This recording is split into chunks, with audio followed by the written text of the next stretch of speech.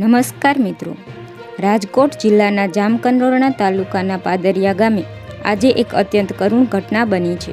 ખેતમજૂરી કરતા શ્રમિક પરિવારના 3 માસૂમ બાળકો ગામના તળાવમાં નાહવા પડ્યા હતા અને કમનસીબે પાણીમાં ડૂબી જવાથી તેમના મોત થયા છે. આ ઘટનાથી સમગ્ર ગામમાં શોકનો માહોલ છવાઈ ગયો છે. સ્થાનિક તરવૈયાઓની મદદથી હાલમાં 3 બાળકોના મૃતદેહ બહાર કાઢવામાં આવ્યા છે. પ્રાથમિક માહિતી અનુસાર આ બાળકો આજે સવારે તળાવમાં નાહવા ગયા હતા. નાહતી વખતે અચાનક તેઓ ઊંડા પાણીમાં ગરકાવ થઈ ગયા હતા અને ડૂબવા લાગ્યા હતા.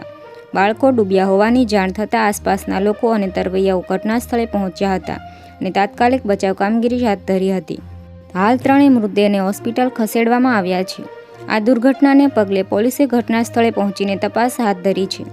એક જ પરિવારના 3 બાળકોના અકાળે અવસાનથી શોકગ્રસ્ત પરિવાર પર આભ તૂટી પડ્યું છે.